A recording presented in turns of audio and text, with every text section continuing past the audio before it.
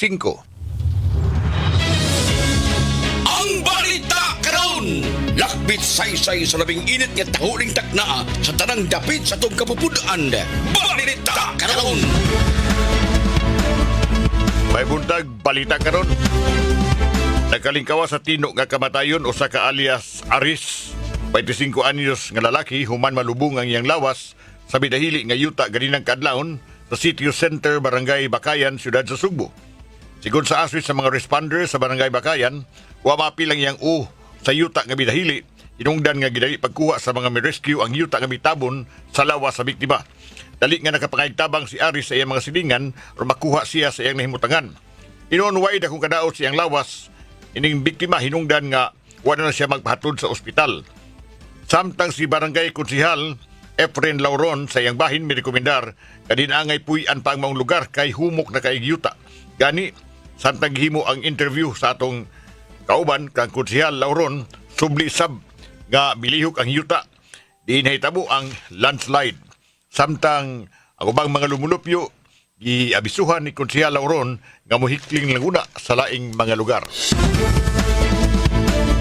Padayon ang pagpaalim sa Cebu City Medical Center sa ka-ex-convict sa naangko ning samad siyang lawas human siya pawanig bala sa suspect nga iya rasab nga silingan. Ang biktima usa ka 32 anyos ug usa ka ex-convict. Nahitabo ang insidente ganinang kadlawon sa Sitio Friendship, Barangay Basak, San Nicolas, Siyudad sa Sugbo. Kalit na migawas ang suspect og namusil tumong sa biktima nga naglakaw padung sa pinay-ana niini. Human sa pagpamusil sa suspect sa biktima dali sab kining misibat gikan sa maong lugar. Gibo na sab karon sa kapulisan ang follow-up operation aron dakpon kadtong maong taong namusil.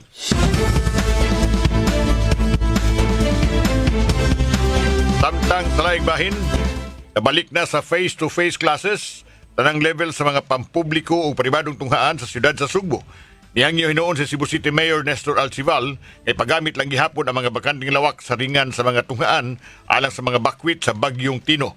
Iklaro sa mayor ang iyang katuyuan mao ang pagtabang sa mga nabiktima sa bagyo.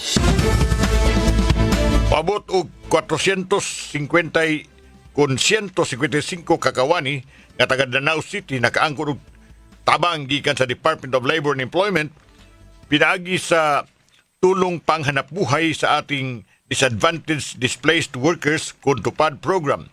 Nasayran nga 13 ka mga establishmento sud sa mall ang grabe nga nabahaan atol sa Bagyong Tino upulos na wad-an sa ilang trabaho. Ang makawani nga mga beneficiaryo sa Dole, Tupad, Manarbaho, sud sa mall, sud sa napo kaadlaw, pinaagi sa pagtabang sa ilang mga employers nga malimpyuhan ang mga apektadong establishmento. Ang mga kawani swelduhan sa minimum sud lang sa napo sab kaadlaw. Samtang nalutsan og warrant of arrest usa ka mag-uuma sa kasong murder. Kining mao mag-uuma taga Barangay Inayawan, usa ka ex-convict ang dinakpan nga natanggong na sa prisuhan sa Inayawan Police Station sukad pa atong kalag-kalag. Basaligon ang suspect nga madismiss ang kaso tungod kay miingon ang kabanay sa biktima nga nasaypan lang sa kapulisan ang piniriso. Ipasanginlan ang dinakpan nga usa siya namusil ug mipatay sa biktima. Asoy pa sa ex-convict nga sukad siya makagawas sa prisuhan, nagbag-o na siya sa iyang kinabuhi. Sa laing bahin, malampuson nga napahigayon ang fluvial procession sa siyudad sa Lapu-Lapu ganinang buntag. Aging opening salvo sa kapistahan sa Birhen sa Regla, patron sa siyudad sa Lapu-Lapu. Mituyok ang ruta sa prosesyon sa Ruruport sa lungsod sa Cordova hangtod sa Mactan Channel ubibalik sa may Mulye Osmeña sa Barangay Poblasyon. Gisunod sa dayon ang pagpahigayon sa Santos nga misa sa sibahan sa Birhen sa Regla sa Barangay Poblasyon.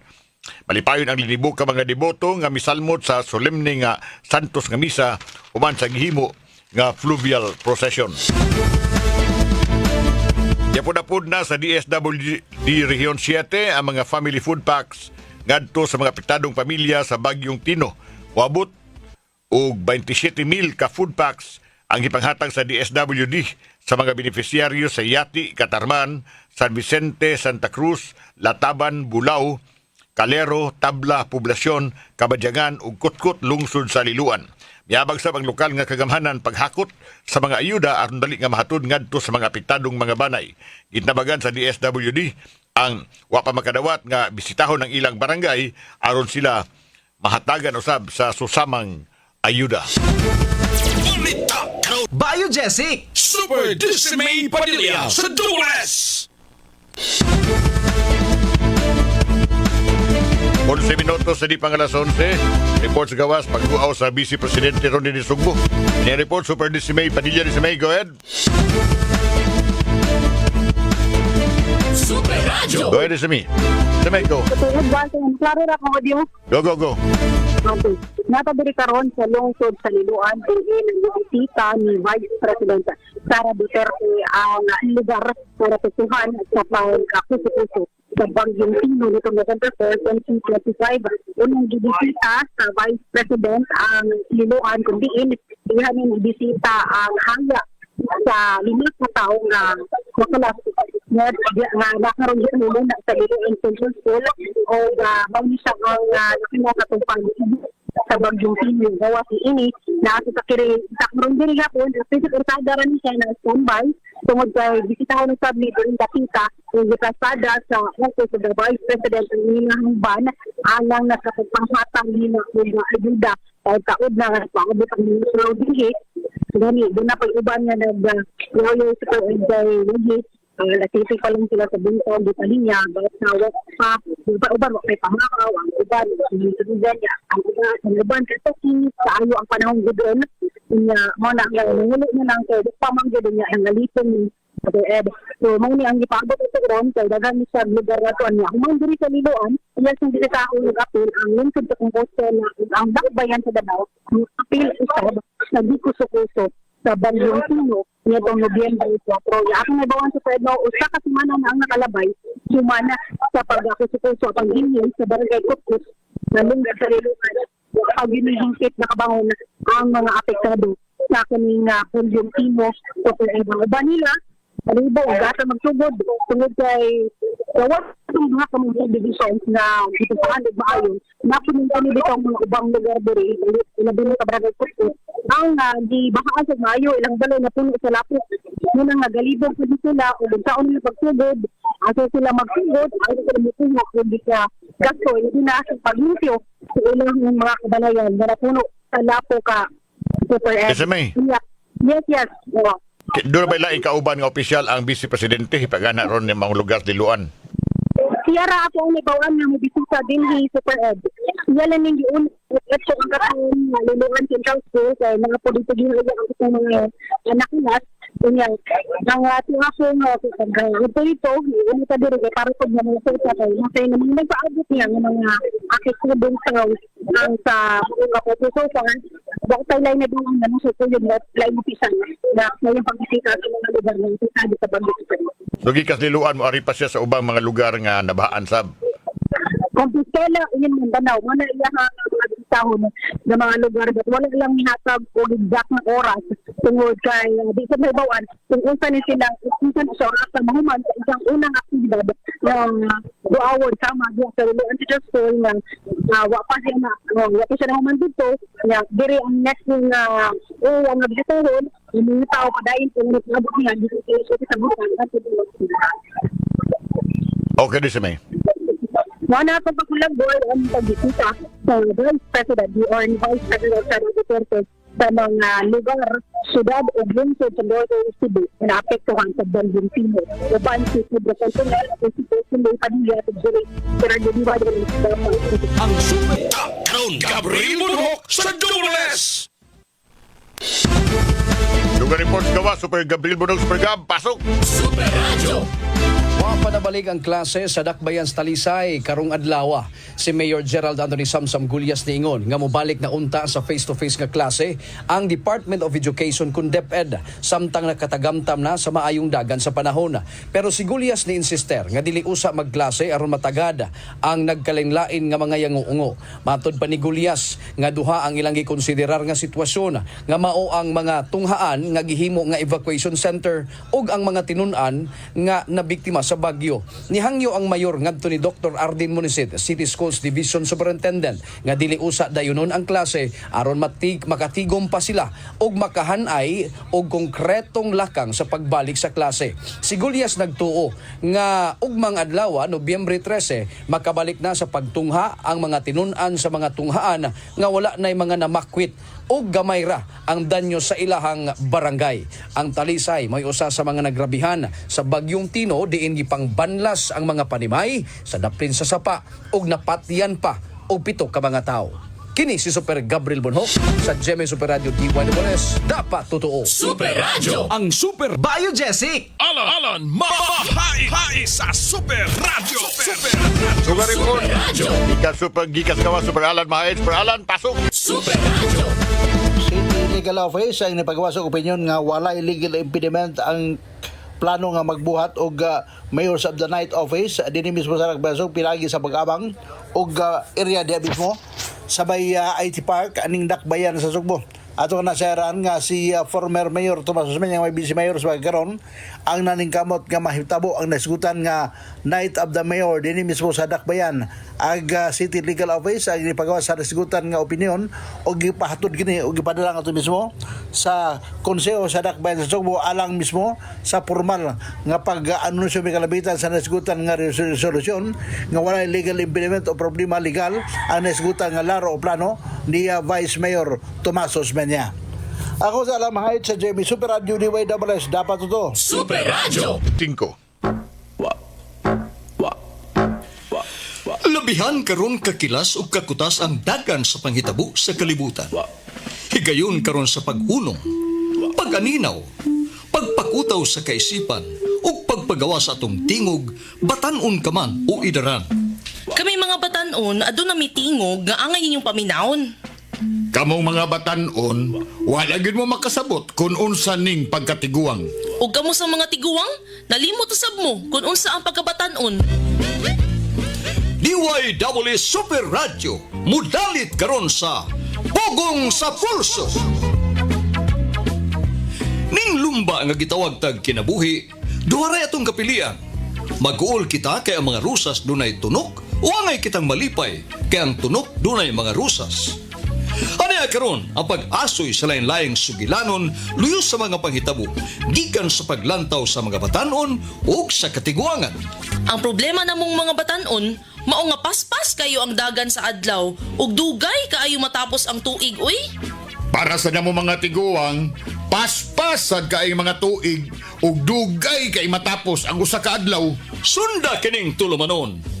Pugong sa Pulso dinhi sa DYWS Super Radio.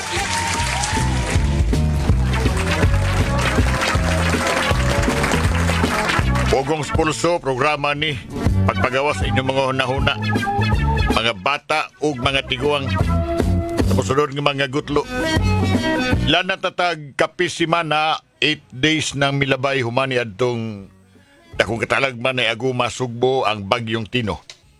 Niyan nata sa face sa pagbangon, tinapangay, pagpabarug, pagbalik, ayum-ayum sa unsay nangaguba, sa pagpahiuli sa unsay ang ipahiuli. Ang mayor sa siyudad sa Sugbo nakahuna-huna nga usa sa paagi pagtabang sa mga napiktuhan ni atong bagyo mao pagbalik ngadto sa probinsya. Katong dili taga dinhi nga originally tagalaing probinsya nga mga mauli sila sa ilang pilianan, hatagan silang financial assistance. Mingon si Mayor Archibald, nagisulti na siya sa pila ka mga barangay captain, nga kuno na sila yung mga constituente dito, na gusto mamalik nga to sa ilang mga probinsya, ilang asistihan, hatagan o financial nga tabang. Pero si Mayor Archibald sa iniingon, nga nahibaw siya nga dagan sa mga lumulupyo, mas mupili nga di na mamauli magpabilin sa siyudad sa Sugbo, especially ang rason mao lagi access sa mga nagkalain-lain nga oportunidad ug mga benepisyo, edukasyon, uban pang programa ug mga panarbaho. Ingon ang mayor nga kining mga tawhanan di na mauli sila probinsya, kaya wa may eskwelahan dito, way free college education, way aid sa mga senior citizen, minus ang mga oportunidad. Mauni realidad, matod pa sa mayor. Pero kinahanglan yung kunong atong timbang-timbangon ang mga pros and cons ini. So, sa pagbanabana syudad sa Sugbo, mulanat og mga 15,000 ang mga panimalay nga nagguba. Ang uban na lubong sa tubig. Umika sa bagyong Tino. Kadaghanan ini naa sa mga riverbanks, naa sa mga lugar nga flood prone. Dito sa Butuanon, matod sa mayor, naiagom og grabing damage and highest number of casualties sa maong bagyo ang mga lugar. Pero sa siyudad sa Sugbo, nagsugod na pagdeklarar sa mga major nga mga suba o mga agianas tubig nga himuon kini nga no-build zones, apil na kining Butuanon and other tributaries, labi na sa Northern Barangay. Kay mao ni matod niya biggest damage Butuanon area. Tabuas daghang mga patay. Wa ilang deklarar ni nga no-build zone. Karon gatosan ka mga pilianan o pamilya nagpabilin sa evacuation center, kadaghanan sa mga eskwelahan. Bisa balik na rabat tag eskwela nining simana, nining mga adlaw. Nung ato isgutan ka buntaga tabang, usa na niini ka ng balik probinsya. Pero di kining balik probinsya di biyan ni bago. Tugay na ni. Bilabay mga administrasyon, sige na, panahon Duterte mausan. Ato gahinan kwarta, programa nga pabalikon sa probinsya, minus-minusan ang ginaganon sa mga tao sa siyudad. Pero mao lagi, natunan ba di pag-ayo sa taga-gobyerno? Ang epekto nga, kurang mamaura magyapo epekto, di man mo tiner, di mo hunit, kini mga tao na balik sila probinsya, mamalik magyo din sa mga sentro, mga siyudad, kaya of course, naman ta na kahigayunan, bisan ka tingalig, lisod ang panginabuhi din lisod ang puyanan din labi nataon, manimuyo sa mga kilid-kilid sa pa. Ang uban gani, manimuyo na, ilaw mo sa mga taytayan, nagyanan ka sa tubig, sa baha. Kung saan man kung sa explanation na gikinahanglan nato ani aron nga ang atong mga katawhan makasabot, ipasabot sa mayor. Ingon si Archival that the Department of Human Settlements and Urban Development isaad nga mosuportar sa Sugbo, i-advise sa syudad nga i-identify ang available land for permanent resettlement. Kung unsa ni mga suitable nga yuta. May mga mamapa nga lugar, kaya kubayin tao na anas lugar nga di na yun angin tapoy ang mga tao. Kaya gianan laging tubig during heavy rains, uguban pa. Ito ang paita. Doon na ba mo'y dugang hunahunang tabang, gawasan ng balik probinsya program, nga mo'y nahuna-huna ang kalitlag nauna-hunaan. Pero di kalitlag santop sa hunahuna sa mayor. Pabalikos probinsya ang mga nanimuhi din sa siyudad sa Sugbo. At di na sila mahasol din At to sila mahasol din sila probinsya. Maka-text mo sa 0917-144-4867. Na-chat mo din sa atong Facebook Live at pabasaw na inyong mga chat karon. Oras, alas 8. Hugong sa pulso, dinhi sa DYWS Super Radio. Unsa mga tabang nga atong buhaton o ang buhatos gobyerno para sa mga nabiktimas baha. Usa sa ilang nahunaunaan, balik probinsya. Now, sa itong ingong kaning balik probinsya di ni Bago, guys, panahon Duterte, diyan itong balik probinsya bagong pag-asa program. Kita itong lang BP2.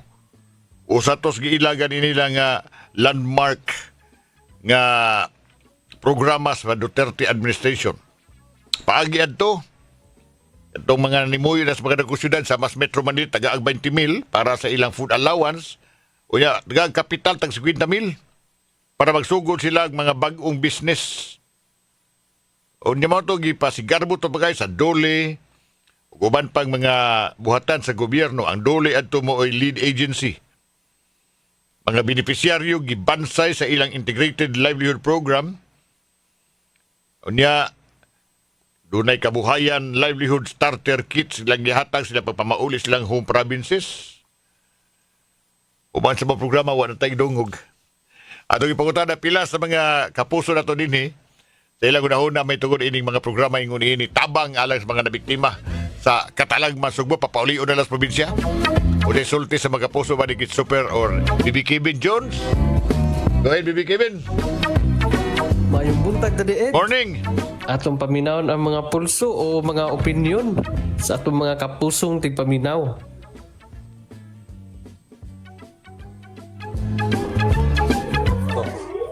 Very simple kayo nga lampos na. Simple in the sense nga ang problema sa tanang mga tao kuan di ba masulbad sa to ang mga taga-gobyerno o sa private sector unsa man ang balik probinsya program mga tao ni mga tao nga taga-probinsya lain-lain kalungsuran nga nangari og Metro Cebu or diri sa Dakbayan nganong naaman dinhi nagsugwak namuyo kay naa din ang panginabuhi. Kung simple kayo nga unta ang gobyerno o gato ang private sector ma-spread, bakalat ba ang kapanginabuhian, ang trabaho pananglitan. Nga mga kompanya nga naa din sa Metro Cebu magkalat gato sa kalungsuran buhan kining mao mga nagpuyo nga naa dinhi nga taga-probinsya adto ra manarbaho sila lungsod. Di lang kana ug mga matang sa panginabuhi nga simple kayo nga matagan kana mo ni sekreto nga pag lampos anang balik probinsya program kay kung wa gyapon tag imong innovations lakang ang mga tao magbalik-balik imong ipursahon dalhon pabalik sa lang lungsod apan balik gyapon diri sa Dakbayan kay naa dinhi ang panginabuhi. Thank you. Para lang ko maglisod naglampos si Mayor Archibald sa kuan sa kaning balik probinsya gumikan kay kasagaran sa mga tao gyud ang ilang mentality naman diri sa syudad kay nindot ang panginabuhi dagang tao or kuan sa di sa dingon nga dako garang or sweldo gusto lang gyud siya nga mo profit lang gyud kanara. Dala ka na ra. Actually, ang numero 1 goal anang balik probinsya. Napanong? Pwede na kung natin programa ka ng sustainable bitaw. Una ka na yung mga job opportunities dito sa probinsya. Kaya yung kang balik probinsya, una pabalik ko naman ito sa trabaho, ilang panginabuhi, dire mo lisod kayo. Gawas kung makamugna ang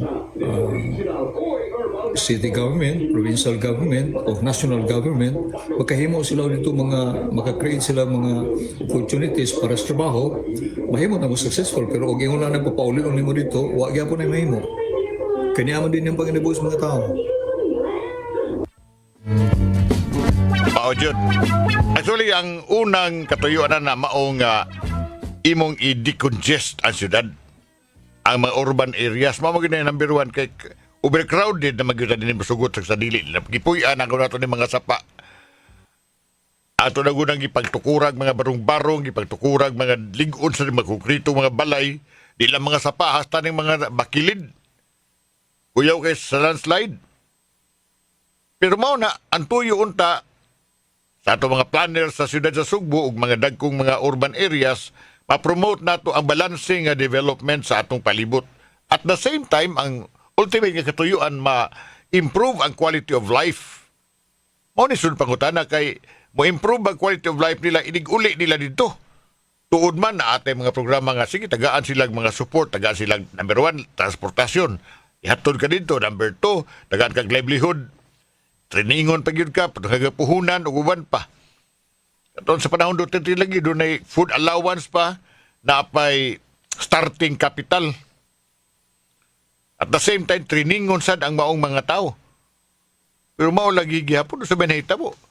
Nilambo ba kato ba ang programa nga balik probinsya sa atong gobyerno o karon mo hinahuna-hunaan sab sa mayor nga ato himuon I think tingali sa kadaghas giatubang ni Mayor Archibald nga suliran libog siya kung saan pagsugod asa sugod kapating rabiha sa atong mga giatiman karon nga problema sa siyudad sa Subo, especially ining magandaghan pang naapektahan. Huwag tangag mga Pinoyanan, namatyan yun ganing mga pamilya human itong bagyo. Oras alas 11:22. Pugong sa pulso, dinhi sa DYWS Super Radio. Panghuna-huna! Panghuna-huna! Panghuna-huna! Ambot dinabaka sa kadaghan na sa laban sa U na natagbuan sa bagong mayor sa siyudad sa Subo nga si Archibald. Taliwas kay guliyang human sa bagyo, kalit lang nalibkas niya ang sugyot nga balik probinsya sa kagamhanan.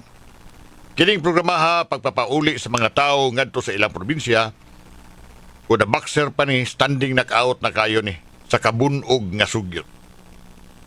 Ambot doon na ba'y gibasihan si Mayor Archival nga matampo sa iyang sugyot na hagbay raman nato ning gibalik-balik pagdani ang mga taga-probinsya ni ini panagbalik-balik sa ang kapalpakan ni ini. E mo ni giingon na maayo lang ning sultihon pero imposible nga tumanon. Ano? Lahi og dakong mismatch ang aspiration o kung unsang tinuod nga kinabuhi sa lalawigan. Iyang papauliyo na mga tao ngadto sa mga lugar nga way dan, way bay, way sakyanan, way makaon, way suga, way tubig, way trabaho.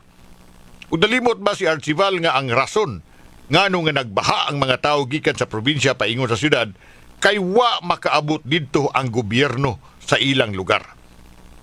Bitaw, may tingaling pinumduman nato ning atong mga politiko.